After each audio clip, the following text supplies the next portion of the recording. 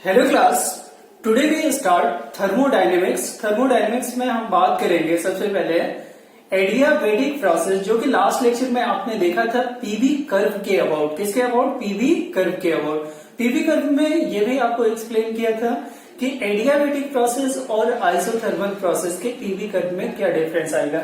तो आज के लेक्चर में specific heat capacity of adiabatic process.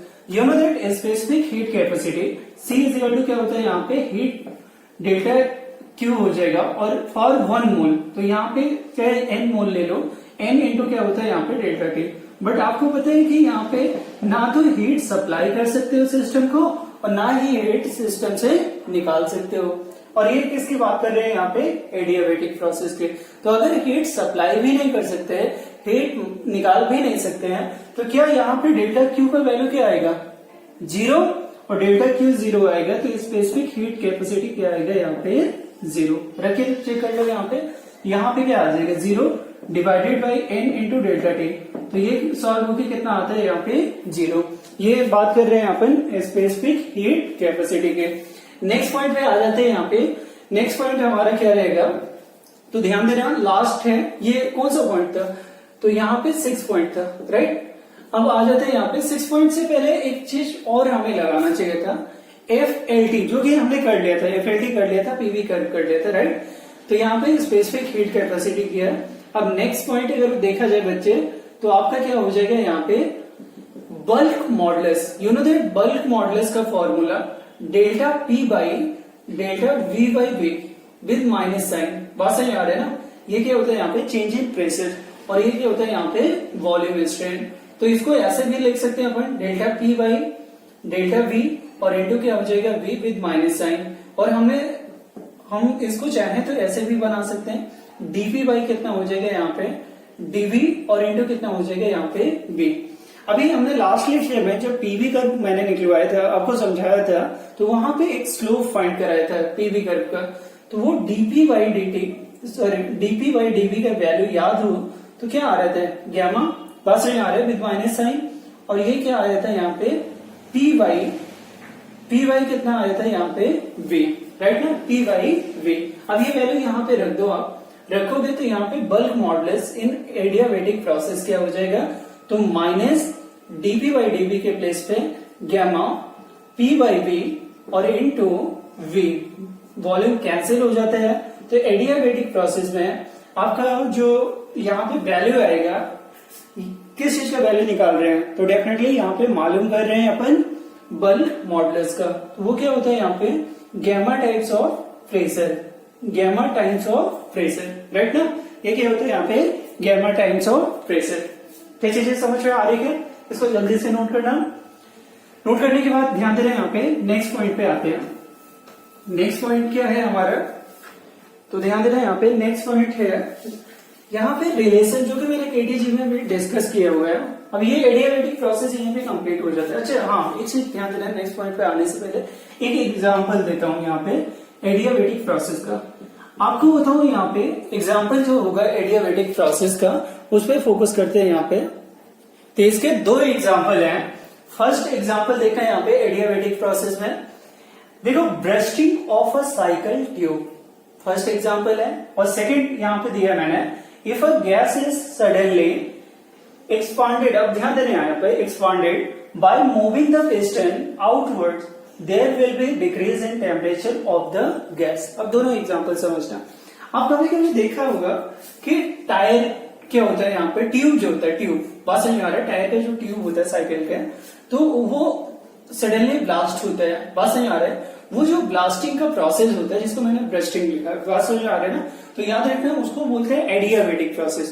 वो इतना सडन होता है कि ना तो बाहर से कोई हीट मिलता है ट्यूब को, और ना ही यहाँ पे कोई हीट यहाँ पे इन्वायरमेंट को जाता है, राइट। तो याद रखना यहाँ पे bursting of a cycle tube, right. It is the example of adiabatic process.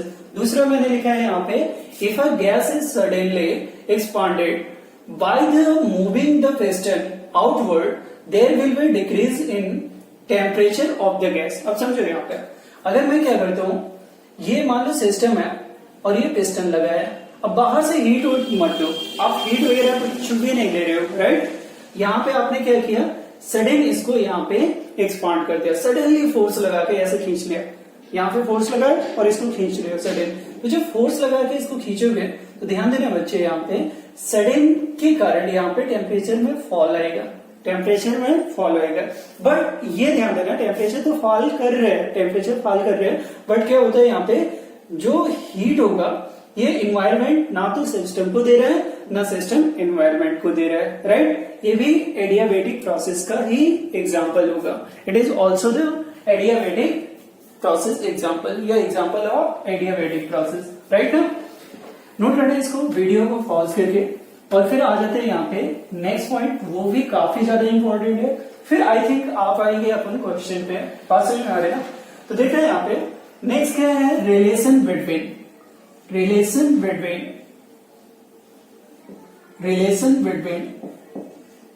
CV बोले तो specific heat capacity C, and F बोले तो डिग्री ऑफ फ्रीडम और स्पेसिफिक हीट कैपेसिटी का relation between specific heat capacity and degree of freedom. देखा बच्चे यहाँ पे, वैसे तो आपको याद हो तो केटीजी में मैंने एक्सप्लेन किया था इस चीज का कि स्पेसिफिक हीट कैपेसिटी को डिग्री ऑफ फ्रीडम से कैसे कंपेयर किया जाता है। बट इस लेक्चर में देखना यहाँ पे अगेन उस चीज को रिवाइज करना, क्योंकि बहुत सारे प्रॉब्लम क्या होते हैं थर्मोडायनेमिक्स का आता है स्पेसिफिक हीट कैपेसिटी के बेसिस से। तो मैंने याद हो केटीजी में बोला था कि स्पेसिफिक हीट कैपेसिटी के बारे में शायद कैलोरीमेट्री में, एक बार थर्मोडायनेमिक्स में अगेन पढ़ेंगे, राइट। तो यहीं पे सीखना है ना।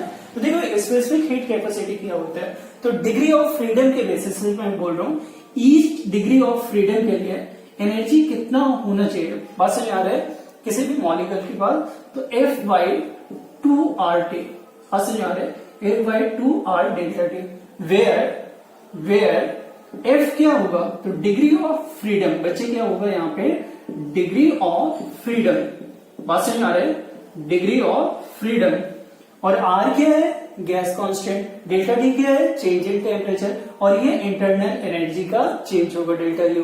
तो याद रखना यहाँ पे ये क्या है, ईच डिग्री ऑफ फ्रीडम के लिए इंटरनल एनर्जी, ये क्या होता है यहाँ पे ईच डिग्री ऑफ फ्रीडम के लिए, ईच डिग्री ऑफ फ्रीडम के लिए इंटरनल एनर्जी, राइट ना। तो अगर ये ईच डिग्री ऑफ फ्रीडम के लिए इंटरनल एनर्जी होगा तो आपको ये सोचना है यहाँ पे कि अगर ईच डिग्री ऑफ फ्रीडम का ये आ रहा है क्या, तो यहाँ पे एफ, अब ये ध्यान देना है यहाँ पे क्या ये ईच डिग्री ऑफ फ्रीडम के लिए है क्या, आंसर नो। आपको बताओ यहाँ पे एफ लिख रहे हो ना, अगर 1 होता है तो ईच डिग्री ऑफ फ्रीडम के लिए लिखा जाता है, लेकिन एफ आ रहा है तो डेफिनेटली ये क्या होता है यहाँ पे वो मोनो एटॉमिक या क्या होता है डायएटॉमिक गैस होगा या पॉलीएटॉमिक, इस पे बेस्ड होगा। तो याद रखना है यहाँ पे internal energy of the molecule और गैस, बस आ रहे फॉर 1 मोल, ये हमने लिखा है। अब आगे ध्यान देना है यहाँ पे, अब डिग्री ऑफ फ्रीडम एफ आ रहा है, तो आप मुझे बताओ you know that C is equal to, C बोले तो यहाँ पे स्पेसिफिक हीट कैपेसिटी, सी बोले तो यहाँ पे स्पेसिफिक हीट कैपेसिटी, राइट। ये क्या होता है यहाँ पे डेल्टा यू, और ये बताओ यहाँ पे डेल्टा यू वाई, वैसे तो देखा जाए तो डेल्टा क्यू वाई क्या होता है यहाँ पे डेल्टा टी और इंटू ए, बात समझ आ रहा है। बट हमने यहाँ पे क्या माना है, ये चीज जो लिखा है यहाँ पे for 1 mole of gas, right ना। तो 1 मोल होगा तो यहाँ पे नंबर ऑफ मोल कितना हो जाएगा बच्चे, 1 हो जाएगा। बट ये ध्यान देना यहाँ पे, क्योंकि अगर आपको बोला जाए एट कांस्टेंट वॉल्यूम, बात समझ आ रहा है ना, अगर कांस्टेंट वॉल्यूम पे इस चीज को देखा जाए तो ये सी क्या हो जाएगा, सीवी हो जाएगा, स्पेसिफिक हीट कैपेसिटी क्या बोला जाएगा, सीवी। सीवी का मतलब specific heat capacity at constant volume, और ये क्या होगा डेल्टा क्यू की जगह पे याद हो तो डेल्टा यू आता है, डेल्टा क्यू के प्लेस पे डेल्टा यू आएगा, क्यों, क्योंकि यहाँ पे वर्क डन आपको पता होना चाहिए कि delta Q is equal to delta U plus delta W होता है, राइट। डेल्टा यू को मैं ऐसे ही लिख रहा हूँ, बट यहाँ पे पी डेल्टा वी, और टेम्परेचर यहाँ पे वॉल्यूम कांस्टेंट होगा तो ये टर्म क्या हो जाएगा, चेंज इन वॉल्यूम 0 आएगा, तो डेल्टा क्यू डेल्टा यू के बराबर होगा, मतलब जो हीट सप्लाई या हीट रिमूव होगा वो किसके बराबर आएगा यहाँ पे, change in internal energy of the gas. और ये अगेन बोल रहा हूँ यहाँ पे फॉर 1 मॉलिक्यूल, तो ध्यान देना यहाँ पे CV is equal to delta U by delta T, where N की प्लेस पे मैंने 1 रखा, क्यों? क्योंकि नंबर ऑफ मोल कितना ले रहे हैं यहाँ पे 1। तो ध्यान देना यहाँ पे डेल्टा यू के प्लेस पे आप लिख सकते हो यहाँ पे F/2 R delta T divided by कितना हो जाएगा बच्चे डेल्टा टी कैंसिल। तो ये क्या होगा यहाँ पे CV is equal to F/2R। CV is equal to कितना हो जाएगा यहाँ पे F/2R। और CV का मीनिंग क्या है यहाँ पे? Specific heat capacity at constant volume. अब ध्यान दे रहे हैं आपका, अगर मैं बोलूं कि specific heat capacity at constant pressure, ये तो हमने किसके लिए लिया? कांस्टेंट वॉल्यूम के लिए लिया, राइट। अगर मैं बात करूं यहाँ पे कांस्टेंट प्रेशर के लिए, फॉर कांस्टेंट प्रेशर, ठीक है ना। तो अगर यहाँ पे प्रेशर को आप कांस्टेंट ले रहे हो, तो ध्यान दे रहे हैं यहाँ पे प्रेशर कांस्टेंट लेने का मतलब होता है you know that delta Q is equal to delta U plus क्या होता है यहाँ पे डेल्टा T।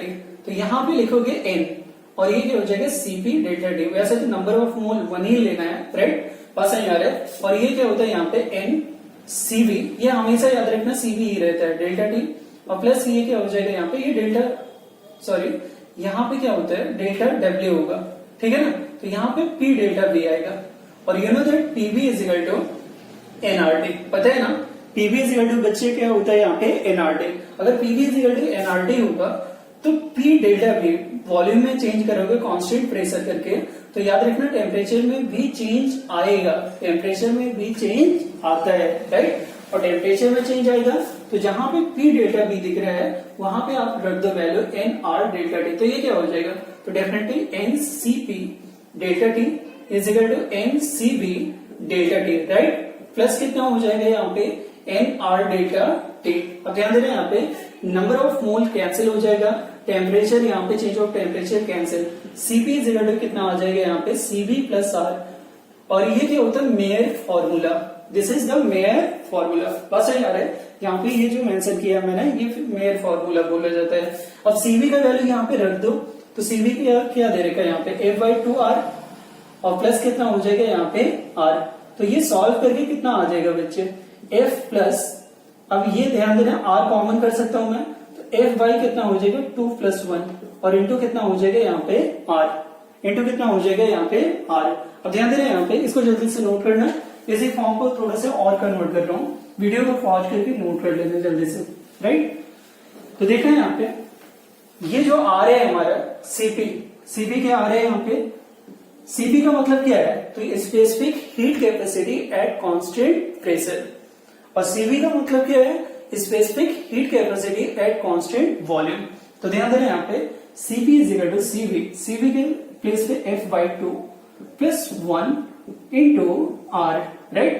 तो यहाँ पे 2 से 1 को मल्टीप्लाई करके ऐड करेंगे तो F प्लस 2 डिवाइडेड बाई 2 और इंटू क्या होगा R। और ये किसके बराबर होता है यहाँ पे? CP के। अब देखो थोड़े से क्वेश्चन पूछता हूँ बेसिक, ठीक है ना, इस पे बेस्ड थोड़ा से बेसिक क्वेश्चन पूछता हूँ। और याद रखना फिर उसके बाद आ जाएंगे अपन बात करेंगे एडियाबेटिक प्रोसेस के लिए CP या CV का वैल्यू क्या रहेगा, राइट। तो देखते हैं यहाँ पे, जैसे अभी बोलूं मैं मोनो एटॉमिक गैस है, असर याद है ना, मोनो एटॉमिक गैस। तो डिग्री ऑफ फ्रीडम कितना होता है? 3 होता है। अगर यहाँ पे वैल्यू 3 रखोगे तो CV कितना आएगा? तो चेक करना है यहाँ पे CV का वैल्यू क्या होता है, यहाँ पे बाजू में CV भी लिख दे रहा हूँ। CV क्या होता है यहाँ पे F/2R, F की जगह पे कितना हो जाएगा 3/2R और CP के प्लेस पे ध्यान दे रहे हैं यहाँ पे F की जगह पे कितना रखोगे? तो डेफिनेटली यहाँ पे 3, तो 3 + 2 कितना हो जाएगा यहाँ पे 5। तो CP बिकम्स टू 5/2R। क्या समझ में आ रहा है? अगर आपका ये तो मोनो एटॉमिक गैस के लिए लिखा है ना, दूसरा क्या होता है यहाँ पे for diatomic, right, diatomic gas. अब डाया एटॉमिक गैस के लिए बच्चे डिग्री ऑफ फ्रीडम 5 भी हो सकते हैं और 7 भी हो सकता है, लेकिन ये ध्यान देना है यहाँ पे ये 5 कब पॉसिबल है? तो याद रखना यहाँ पे एट नॉर्मल टेम्परेचर, पास नहीं आ रहा है, एट नॉर्मल टेम्परेचर। और ये डिग्री ऑफ फ्रीडम कब आएगा? तो याद रखना यहाँ पे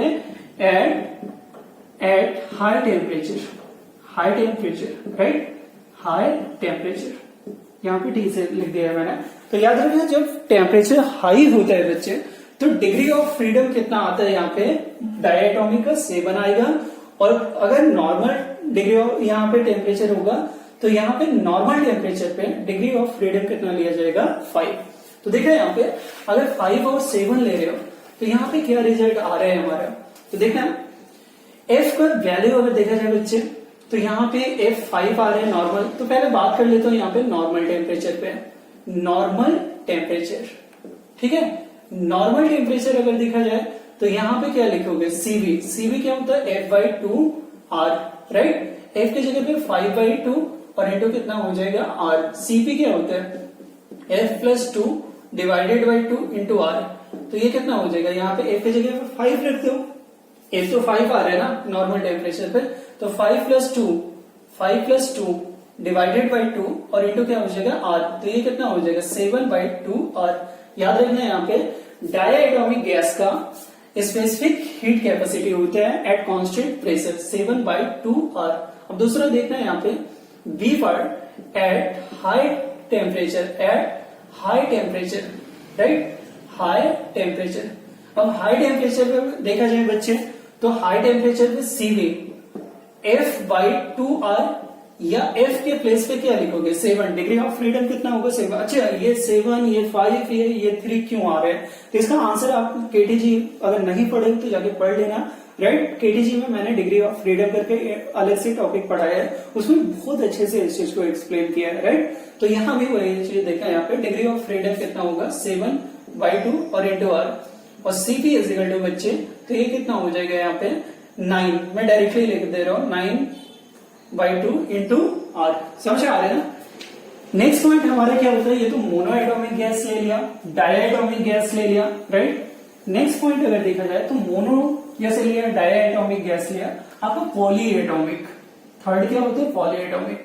पॉलीएटॉमिक मतलब मोर देन 2 एटम पास आ रहे, कोई भी गैस मॉलिक्यूल जिसमें मोर देन 2 एटम आ गए वो क्या होता है पॉलीएटॉमिक गैस होगा, पॉलीएटॉमिक गैस, ठीक है ना। डिग्री ऑफ फ्रीडम 6 होता है। डिग्री ऑफ फ्रीडम कितना होता है 6। क्यों 6 होता है इसका रीजन अगेन बोल रहा हूं, अब डिग्री ऑफ फ्रीडम का टॉपिक जाके आप पढ़ोगे तो अच्छे से समझेगा। तो यहाँ पे F इज इक्वल टू कितना लोगे 6 लोगे। अगर 6 लोगे तो CP मतलब बोले थे specific heat capacity at constant volume, ये कितना हो जाएगा 6/2R, राइट। और CV का वैल्यू कितना हो जाएगा बच्चे F+2 डिवाइडेड बाई 2R। ये एक चीज यहाँ पे F/2 into R, 6/2 into R, ये 3R, राइट। ये कितना हो जाएगा यहाँ पे, तो ये चीज देखा जाए 6+2/2 इंटू R तो मतलब कितना हो जाएगा यहाँ पे 4R। क्या चीजें समझ में आ रही है, नोट करना जल्दी से। ध्यान देना बच्चे यहाँ पे फॉर आइसोकोरिक प्रोसेस, किसके लिए बात करेंगे अभी, आइसोकोरिक प्रोसेस के लिए। तो आइसोकोरिक प्रोसेस में you know that delta V change of volume क्या होता है 0, तो delta Q is equal to कितना हो जाएगा delta U plus delta W। तो यहाँ पे चेंज ऑफ वॉल्यूम अगर 0 होगा तो वर्क डन क्या आएगा 0। तो डेल्टा Q का वैल्यू डेल्टा U के बराबर होगा, डेल्टा U के बराबर होगा, राइट ना। तो अगर डेल्टा U के बराबर आ रहा है डेल्टा U के, तो स्पेसिफिक हीट कैपेसिटी ध्यान देना, you know that delta Q वैसे जनरल फॉर्म होता है फॉर 1 मोल। तो ध्यान देना यहाँ पे कितना हो जाएगा, मैं n into delta T, but यहाँ पे for 1 mole n is equal to 1 रखूंगा और ये चीज C becomes to delta Q by कितना हो जाएगा डेल्टा T। अब ये रिजल्ट किसका आ रहा है, तो यहाँ पे ये रिजल्ट बच्चे आ रहे हैं specific heat capacity for isochoric process. तो आइसोकोरिक प्रोसेस में ये रहेगा, तो यहाँ पे जो डेल्टा Q दिख रहा है ना वो क्या हो जाएगा F/, यहाँ पे डेल्टा U हो जाएगा। डेल्टा U क्यों होगा, तो बच्चे ध्यान दे रहे हैं यहाँ पे डेल्टा U इसलिए क्योंकि हमने देखा वर्क डन 0 आ रहा है फर्स्ट लॉ ऑफ थर्मोडायनेमिक्स में, ठीक है। जो फर्स्ट लॉ ऑफ थर्मोडायनेमिक्स का हमारा इक्वेशन है उसका अगर देखा जाए यहाँ पे वर्क डन 0 आ रहा है। अगर वर्क डन 0 आएगा तो यहाँ पे heat supply changing internal energy के बराबर होता है सिस्टम के। तो यहाँ पे डेल्टा U ये कितना आ जाएगा F/2R, सॉल्व करके देखोगे तो इतना आएगा और ये कितना हो जाएगा यहाँ पे या रख लो ये कितना होगा F/2R, ये कितना होगा डेल्टा T, इधर पे डेल्टा T, तो delta T cancel, C becomes to F/2R। अब यहाँ पे एक इंपॉर्टेंट रिजल्ट और लिख रहा हूं मैं, ठीक है ना। यहाँ पे एक इंपॉर्टेंट फॉर्म और लिख रहा हूं, वो समझना आपको जरूरी है। वो क्या है हमारा इंपॉर्टेंट फॉर्म? आपको पता होगा कि यहाँ पे जो कांस्टेंट होता है एडियाबेटिक कांस्टेंट, वो सीपी बाई सीबी के बराबर आता है। किसके बराबर आता है? यहाँ पे सीपी बाई सीबी के बराबर आता है, राइट। और यू नो दैट सीपी जो होगा, सीपी ये किसके बराबर होता है? तो CV plus R divided by CV. इसको ऐसे भी लिख सकते हैं यहाँ पे कि CV divided by CV plus क्या हो जाएगा यहाँ पे आर डिवाइडेड बाई सीबी। तो ये कितना हो जाएगा? 1 प्लस आर बाई सीबी। तो यहाँ पे कितना आएगा? 1 प्लस आर। अब सीबी के प्लेस पे बच्चे एफ बाई 2 इंटू कितना होगा? आर। ये चीज क्या करोगे? कैंसिल। तो ये कितना आएगा यहाँ पे? 1 प्लस 2f। अब ध्यान दे रहे हैं यहाँ पे 2 डिवाइडेड बाई एफ और इंटू क्या होता है यहाँ पे? ये किसके बराबर आता है? गैमा के। किसके बराबर आएगा? गैमा के, राइट। तो यहाँ पे for isochoric process adiabatic constant और डिग्री ऑफ फ्रीडम का रिलेशन मैंने मालूम किया है। क्या निकाला हमने? Relation between adiabatic process and adiabatic constant and degree of freedom. Note करना है इसे। नेक्स्ट लेक्चर में अपन पढ़ेंगे यहाँ पे कि आइसोकोरिक प्रोसेस की जगह पे एडियाबेटिक प्रोसेस होता, तो यहाँ पे स्पेसिफिक हीट कैपेसिटी किस तरीके से लिखा जाता है इन द फॉर्म ऑफ